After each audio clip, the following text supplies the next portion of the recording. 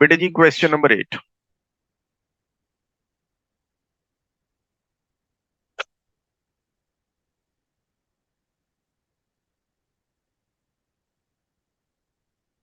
3 points have coordinates A B C दिए हुए हैं। The foot of perpendicular from A to B C. The foot of perpendicular from A to B C. अगर ये B C है तो ए से जो परपेंडिकुलर है बीसी के ऊपर, परपेंडिकुलर क्या करता है, 90 डिग्री एंगल बनाता है।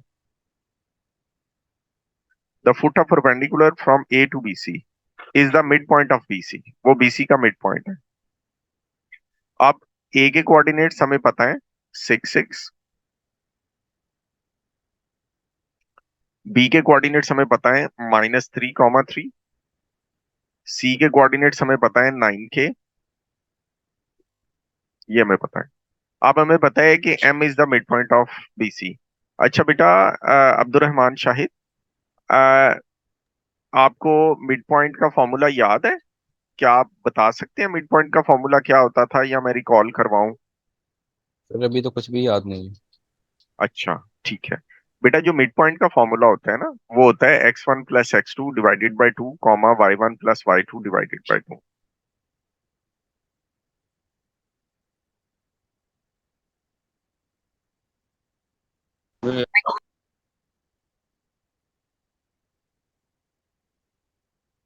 ये है बेटा जी।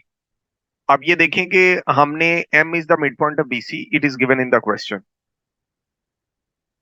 b क्या है, -3 3, और c क्या है, 9 के।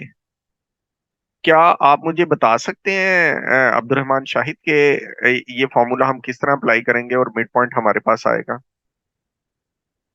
फिर वैल्यूज को पुट करेंगे ना x1 वगैरह की जगह पे, और जी बस जी, बताएं, कैलकुलेटर से करवाएं। सॉल्व कर देंगे। करवाएं बेटा, करवाएं। लिखवाएं, क्या लिखूं?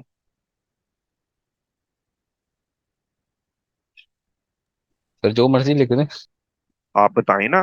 मैंने तो आपको आपके लिए कर रहा हूं, तो मुझे आपकी हेल्प चाहिए इसको करने में, ताकि आपकी अंडरस्टैंडिंग डेवलप हो। क्या लिखूं मैं? सर -3 + 9 शाबाश, very good. Over divide two. By 2। 3 + जी के सर। ओवर 2। तो 3 + 9 कितना होता है, 6। तो 3, 3 + k/2 are the mid points of M. तो एम के हमारे पास कोऑर्डिनेट्स आ चुके हैं, 3, 3 + k/2। अब वो कहता है, back to the question, question number 8। Calculate the possible values of k. अब इस क्वेश्चन के अंदर अब्दुल रहमान कंडीशन क्या नजर आ रही है? हम लाइंस का चैप्टर कर रहे हैं। अभी तक हमने डिस्टेंस फॉर्मूला पढ़ा है। अभी तक हमने मिड पॉइंट का फॉर्मूला पढ़ा है। अभी तक हमने ग्रेडियंट ऑफ द लाइन पढ़ा है। हमने पैरेलल लाइंस पढ़ी हैं और परपेंडिकुलर लाइंस पढ़ी हैं। इसमें से, उन सारी चीजों में से आपको क्या चीज नजर आ रही है इसके अंदर के कौन सा कॉन्सेप्ट जो है वो यूज होगा? परपेंडिकुलर लाइन का sir. Very good. Perpendicular lines में क्या रिलेशनशिप होता है? पता नहीं सर। ये देखें बेटा, लास्ट टाइम जब हमने किया था, आपने नोट डाउन भी किया होगा। ये पुराना काम है, ये लिखा होगा। इसको अपनी कॉपी पे नोट डाउन करें। Gradient 1 × gradient 2 is equal to -1। This one is a relationship between the perpendicular sir lines. ये आपने कल करवाया था? जी बेटे, कल आप क्लास में थे ना? था, खाना खाने चला गया था। नहीं बेटा, इस तरह फिर मिस हो जाएगा ना, इस तरह। देखें, हमने पूरी, जिसे कहते हैं कि तवज्जो से क्लासेस को अटेंड करना है। ये कल का काम है, और ये मैंने क्लास के अंदर भी सेंड किया हुआ है। बेटा अब आपको बड़ी रिस्पॉन्सिबिलिटी से काम करना है। अगर आप ये मेरी बात समझ जाएंगे तो ठीक है। आपको, ये जो मैं आपको बातें बता रहा हूं ना, अपने सीनियर से डिस्कस कीजिएगा, जो जस्ट A लेवल कर चुके हैं। उनसे डिस्कस कीजिएगा कि आपको कितनी स्पीड से काम करना है, क्या आप काम को पाइल अप कर सकते हैं कि नहीं कर सकते। अब ये देखें कि यहाँ पे परपेंडिकुलर लाइंस नजर आ रही हैं, और A M is perpendicular to B C है।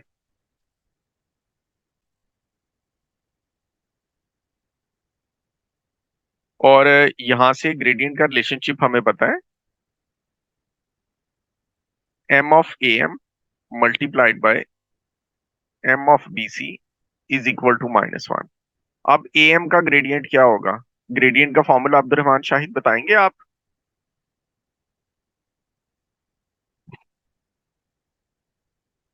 सर एक मिनट ठहरे, मैं जरा देख लूँ। शाबाश, देखें, आराम से देखें, फिर हम उसको डिस्कस कर लेते हैं। 7.2 का क्वेश्चन नंबर 4 का है एनएस, इसको करने के बाद मैं कर देता हूँ।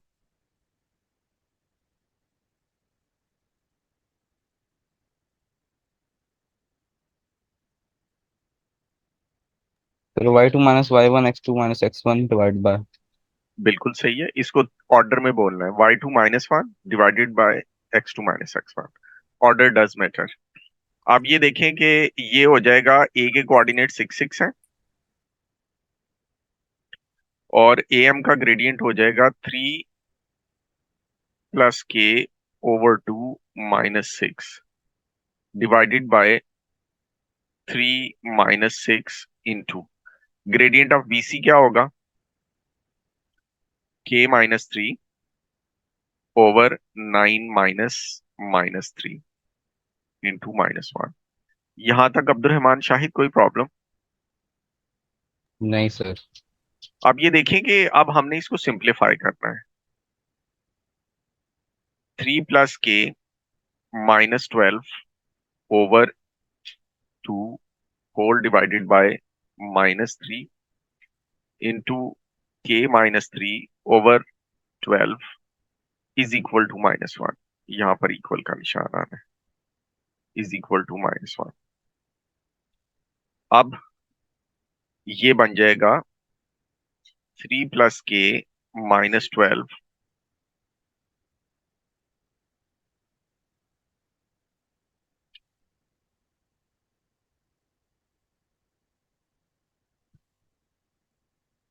k - 9/2 ब्रैकेट में इंटू k - 3 ब्रैकेट में। ये डिनोमिनेटर के अंदर जो -3 और 12 है ना, ये राइट साइड पर जाके मल्टीप्लाई हो जाएंगे क्रॉस मल्टीप्लिकेशन के थ्रू। यहां पे बन जाएगा k - 9/2 into k - 3 is equal to +36। अब ये 2 उधर चला जाएगा और ऊपर मल्टीप्लिकेशन हो जाएगी।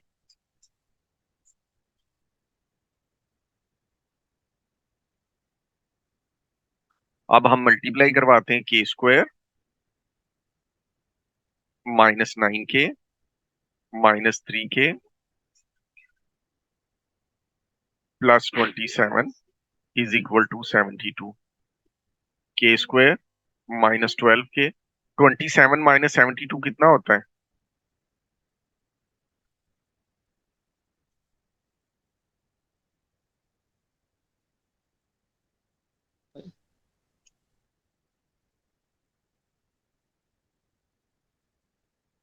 जी बेटा जी।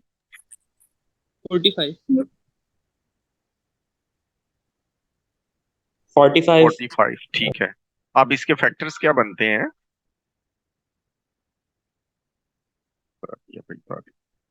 k² -15k +3k -45 is equal to 0। देखें बच्चों, ये जो बच्चे आए हैं ना, ये आज क्लास अटेंड करने आए हैं, ये सारे मेरे ए स्टार्स हैं, क्योंकि इनको फिक्र है कि हमने काम करना है और हमने ए स्टार्स लेने हैं। और 3 × k - 15 is equal to 0, k - 15 k+3 is equal to 0। यहां से दो वैल्यूज आ गई, ये इसका आंसर आ गया बेटे। अब 7.2 का क्वेश्चन नंबर 4 का है, मैं वो कर देता हूँ। देखिए बेटा, अगर आपने अटेम्प्ट की होगी तो मैं आपकी प्रॉब्लम्स को डिस्कस कर सकता हूँ। इसके लिए जरूरी है कि आप लोगों ने काम किया हो। जैसे ये क्वेश्चन है, एक्सरसाइज 7.2 क्वेश्चन नंबर 4। अब वो कहता है कि 3 पॉइंट्स हैव कोऑर्डिनेट्स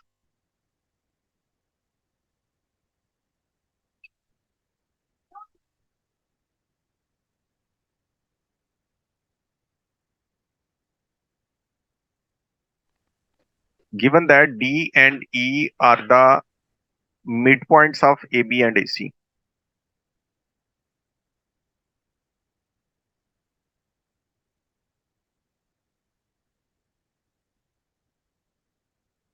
हाँ जी, बताएं जी, डी के कोऑर्डिनेट्स अब्दुर्रहमान क्या होंगे?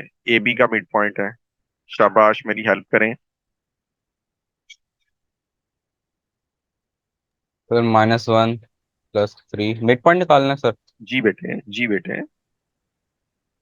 Sir minus minus one one plus three कितना हो गया? Two. Two divided by two कितना हो गया? वन।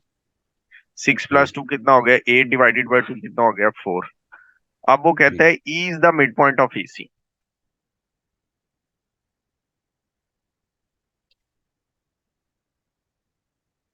अब हम एसी का मिड पॉइंट निकालते हैं। -1 -5 कितना हो गया? -6 -3।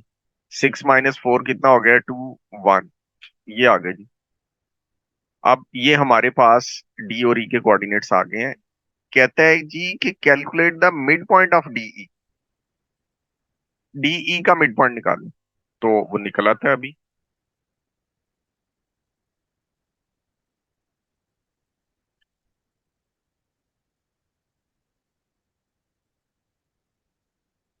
इन दोनों का मिड पॉइंट निकालना है।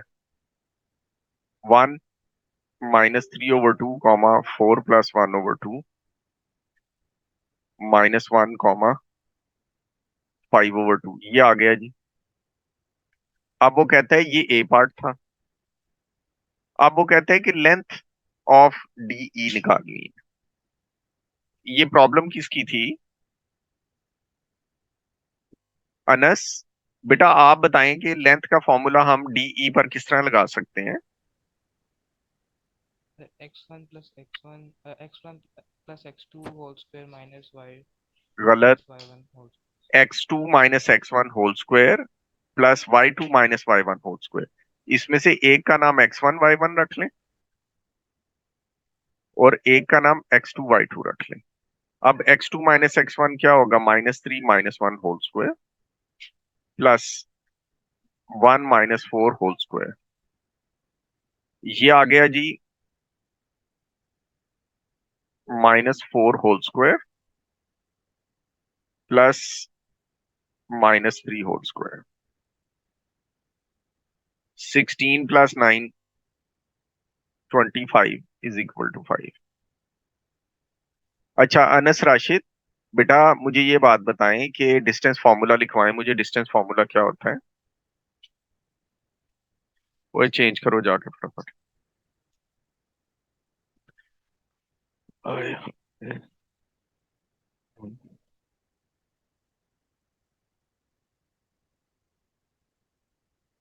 खुद आ गई है। लाले खुद ही आ गई।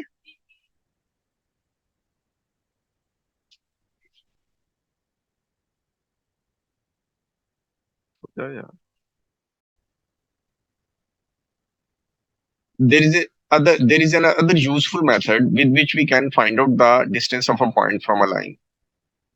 Suppose that the point is x1 y1 and the line is straight line is ax plus by plus c is equal to 0. We will put this point x1 y1 into this equation.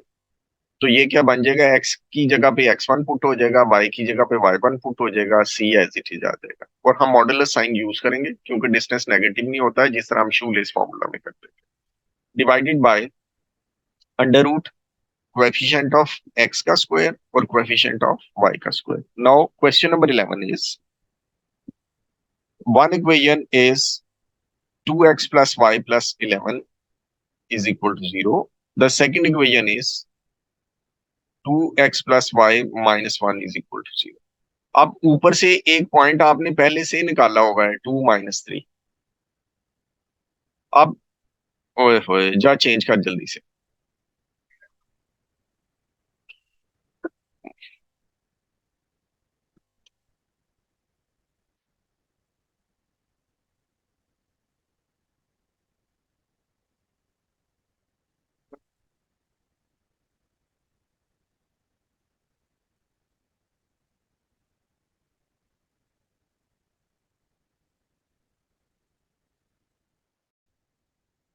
ये point 2 - 3 हम find out कर चुके हैं। अब इस point से हम इस लाइन का परपेंडिकुलर डिस्टेंस फाइंड आउट कर लेंगे by using the above formula. अब पॉइंट हमारे पास क्या है, 2 - 3 है। लाइन क्या है जी, 2x + y + 11 is equal to 0. Distance formula states put this point into the equation of the line, that is 2 into 2 plus y is -3 plus 11 divided by coefficient of x क्या है, 2, 2 square, coefficient of y क्या है, 1 plus 1 square. Distance is equal to 4 - 3 plus 11 over under root 5. Distance is equal to 12 over under root 5 is the final answer.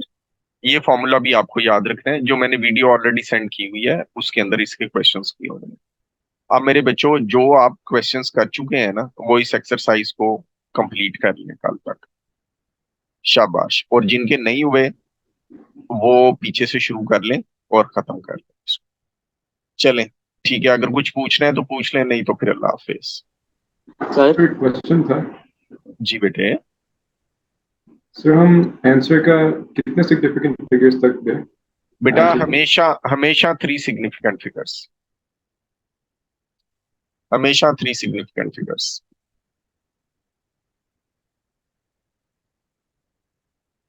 और मेरे बच्चों, और क्या पूछना है? सर मतलब मुझे होमवर्क में पूछना था एक्सरसाइज 7.6 की है बस। बेटा ये जो है ना, राफे बिन आसिफ ने पूछा है कि does this formula only applicable for parallel lines. बेटा ये फॉर्मूला जो है distance of a point from a line है, तो हमने उसको पैरेलल लाइंस के अंदर एज अ टूल यूज कर लिया है। पैरेलल लाइन का एक पॉइंट निकाल के उसका डिस्टेंस निकाल, तो ये किसी और सिचुएशन में भी यूज हो सकता है, जब भी पॉइंट का डिस्टेंस निकालना होगा लाइन से तब। जी बेटा, अभी 7.6 के मतलब पूछ रहे थे कोई? फिर मैं पूछ रहा था होमवर्क में सिर्फ 7.6 के 12 क्वेश्चन ही है या फिर और भी कोई एक्सरसाइज है? नहीं, अभी तो होमवर्क में यही है, तो बाकी जो है वो हम देखेंगे। अगर क्वेश्चन आप कंप्लीट कर लेते हैं तो next exercise is also very simple. तो लेट्स सी कि क्या बनता है। अभी ये एक्सरसाइज बच्चे कंप्लीट कर लें, फिर उसके बाद 7.6 दूसरा कंप्लीट। मैथड जी बेटा।